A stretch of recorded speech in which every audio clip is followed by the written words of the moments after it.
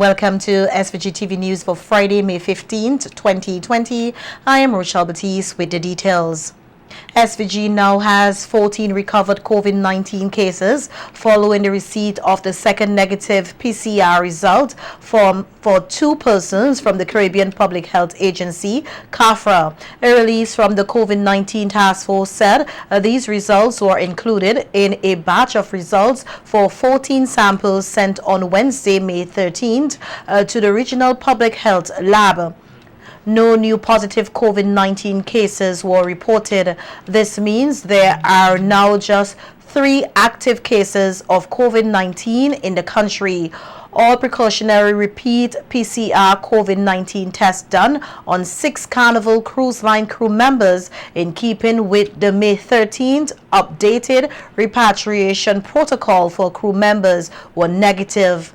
Meanwhile, all Carnival Cruise Line crew members repatriated on May 9th are advised to complete their 14 days of quarantine. The public is again urged to maintain strict hand hygiene, cough etiquette, physical distancing in public spaces, smart mask use, and strict adherence to quarantine and isolation instructions to ensure that we continue to slow the spread of COVID-19 here in SVG.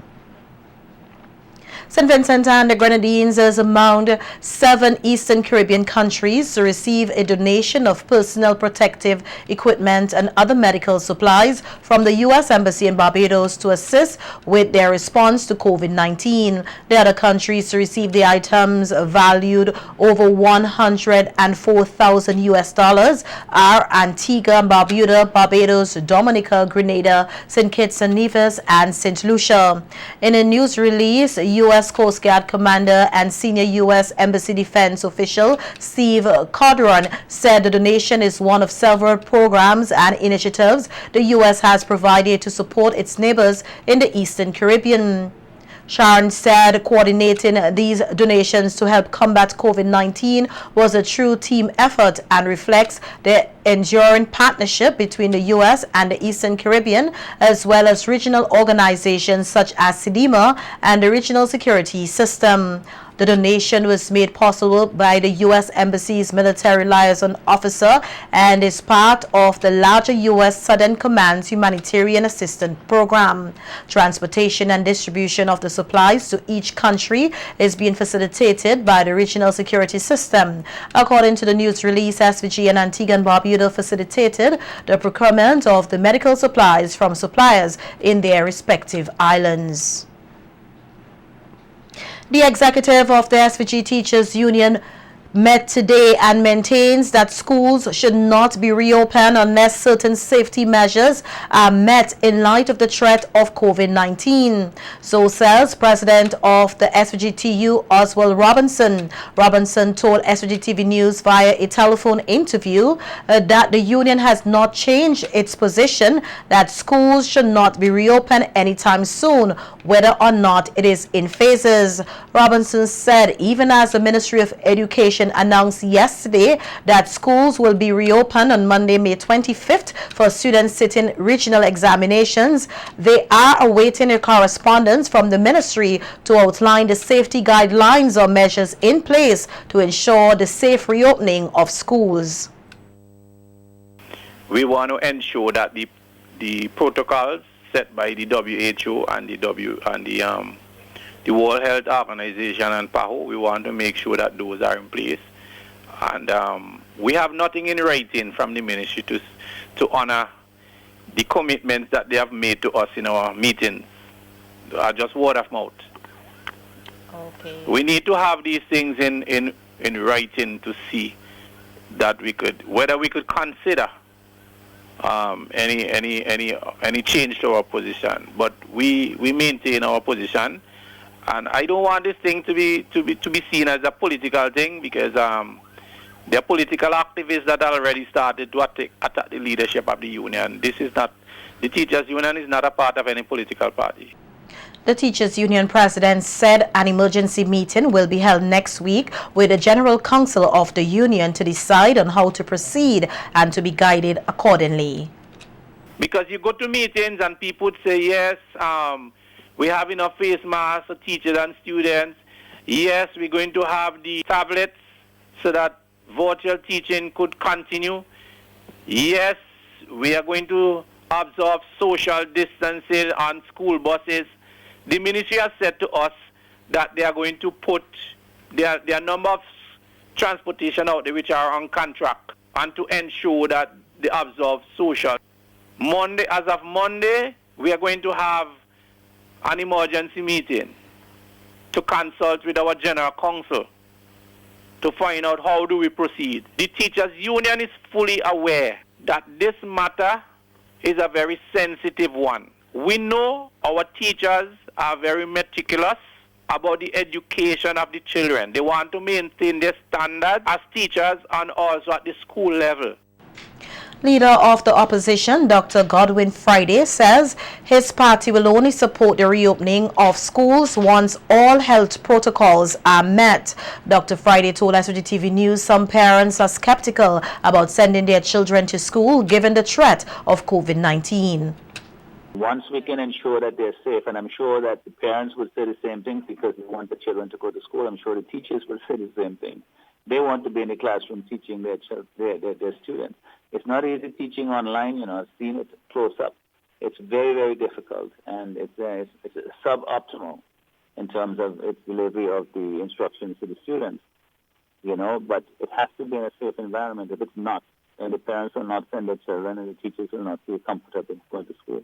And you have to make sure, that the continuous cleaning of the environment. In the Grenadines, we still have the shortage of water problem. How are we going to open schools in the Grenadines without a proper supply of water? That must be dealt with before they can ask the teachers and the children and the parents to send their children back to school, even if it's just the two classes, that is to say, for the primary schools, the CPA class, and for the secondary schools, the CSEC classes. There's still a lot of people that will be interacting in some schools. Some schools are smaller than others, but we have to ensure that those facilities and the materials, the resources are available to ensure to allow them to maintain the hygiene practices that we know are necessary. The opposition leader also noted that not every child is presently benefiting from e-learning, which is another issue that the Ministry of Education has to address. Get it done because nobody wants the children to be left, out of school. It's a very uneven situation right now. A lot of children are not getting instructed or are getting suboptimal instruction. Some schools are trying heroically. Some teachers are to show that they're delivering the curriculum the way it's supposed to. Others are just basically making up work, biding their time until they can return to the classroom. Dr. Friday maintains that the full reopening of schools should not take place before September. I don't see a situation where there's a general re-enrollment of all the students in classes for the rest of this school year, to be honest, because I don't know how we're going to do it when proper procedures haven't been made for the maintaining of the social distancing and the cleaning and the hygiene practices for the entire school population. The minimum that they're seeking to do here, even that is going to test the ability of the ministry and the resources of the schools. And until we can guarantee that those things are safe and the teachers are satisfied and the parents are satisfied, it's not going to work. So I hope that we can provide those assurances. Government Senator and Parliamentary Secretary in the Ministry of Education, Deborah, said the COVID-19 pandemic has given persons the opportunity to see how quickly lives and livelihoods can transform, especially in the education sector, where teachers and students are forced to adapt to e-learning. Senator Charles was speaking on SARFM last evening. And maybe, just maybe, this, where we are now doing e-learning, is very important so that persons would understand that these things we take for granted. We walk around with them and we take them for granted, that they are very important to our children's learning. Because I'll tell you this, same issues we face here are the same issues that other people are facing throughout the world. So when I hear somebody said, oh, the Ministry of Education was not prepared for the pandemic, let me ask the question, which country in this world was prepared for this pandemic? Over the last few days, there have been talks about the reopening of schools, and on Thursday, the Ministry of Education formally announced in a news release that schools will be reopened on May 25th, 2020, but only for students writing external examinations. With some persons, including teachers, expressing concern about the reopening of schools in light of the threat of COVID-19, Senator Charles said, while these concerns are noted, she is advising those with health challenges to get a health certificate from their respective physician and present it to the relevant authorities. She said these persons must also find ways to get their work done. We have to take into consideration that there would be some persons who have underlying health issues, both teachers and students. We, from the ministry's point of view, would expect that parents of children who have issues like these would seek to have the physicians give them letters to bring to the school so that it would be acceptable that they would not be at school, but rather they would access the work virtually. The similar thing would be done for teachers who have health challenges. We would not expect them to be physically there, but that they would produce their work and their students would access the work, whether hard copy or virtually, as they see fit, depending on what they have to do at the particular time. And the National Insurance Services, NIS, will be assisting Vincentian students studying abroad who are said to be facing financial difficulties due to the COVID-19 pandemic. This was noted on radio yesterday by Prime Minister Dr. Gonsalves, who said that the majority of the students have loans to pay and that it will be left up to the students how they will use the financial support, suggesting that some can use it to pay for their flight home. Student loan company, and they took a decision for the students who are having student loans, and you have 20-something in Jamaica, 20-something in Trinidad, and UWI, 20-something in Barbados, that they will, well, many of those in Barbados are actually home already, but the numbers would actually be less. But they kind of beat COVID the COVID shut down those places by a few days, advancing them $4,000. For those who want to stay where they are, if they want to use it to help them in coming home, it's up to them now. Okay. Then in case they're going to need resources because the term is longer. And the assistance is going to be given to by students who in Cuba who have any loan with the student loan company in Russia and so on. In any event, I also spoke with the chief personnel officer and her team, and they sent out to get information. They got back from over 89 students.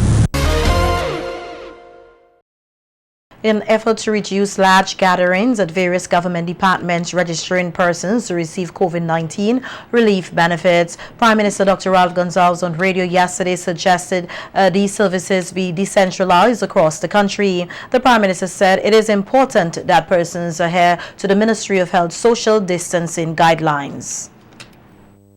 The officials can go to the people rather than the people come to them. You see what I mean?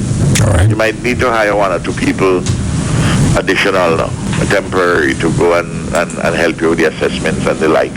You take somebody, let's say a poor person, and they want to access some of the newer products offered. You got to spend $10, $12 to come from Sandy Bay to town. And you got to line up. Mm-hmm. And it doesn't matter what system you put in place at the center. And I said to them, common sense would teach us that if you say you only need 40 people at any one particular time in the line, it ain't going to happen. People will turn up in their hundreds. And it's not good for physical distancing either. The Prime Minister noted that public servants are working around the clock to ensure a smooth transition of the registration process, but are facing some challenges as there are several financial benefits being afforded to Vincentians to help them cushion the effects of COVID-19. A news outlet in Grenada yesterday quoted the country's tourism minister saying that Grenada did not close its borders on its nationals in reference to 2 of its sailors who are here in SVG in quarantine after arriving on board the Carnival Freedom cruise ship along with 8 Vincentians on Tuesday. On radio, PM Gonsalves said SVG is happy to provide accommodation for the 2 Grenadian sailors who are being treated as Vincentians. Responding to statements made by the Grenadian tourism minister, which suggested that the Prime Minister did not provide truthful information on how the matter was handled in relation to the 2 returning Grenadian nationals. Dr. Gonsalves on radio today said he will not respond to the tourism minister, but will speak to his Grenadian counterpart, Prime Minister Dr. Keith Mitchell. Directly to ministers. Ministers would respond appropriately to ministers. I would respond to Prime Minister. I'm very careful about language. So I'm just telling you the position which I take. Now, insofar as when I made the statement, I said I understand from reports by Bishop John. Bishop John apparently, well, he said to me that he had contacted an official at the port in Grenada. And this was not said with any, I only said what the CEO of the port here said to me, that there were 2 persons to go to Grenada, but that the port had said that because they're closed, they will prefer if they come, not now, but sometime next week, Wednesday, Thursday, thereabout, because they're opening the port, I was told, to take Disney. And I could understand that you're really refusing, but you're not going to open the port for 2. The fuel surcharge rate applicable on electricity bills for May 2020 is said to be at its lowest in over 2 years. According to the St. Vincent Electricity Services Limited VINLEC, customers will have seen a 26% decrease in the fuel surcharge rate on last month's bill, and that the rate applicable on this month's bills is 26.74 cents per unit, the lowest since November 2017. The company says the decrease in the fuel surcharge rate is reflective of the decrease in prices on the international market. VINLEC is encouraging customers who are directly impacted by the financial fallout of the COVID-19 pandemic to contact its customer services department for matters relating to payment on accounts at customerservice@vinlec.com or the toll-free number at 377 or 4561 701.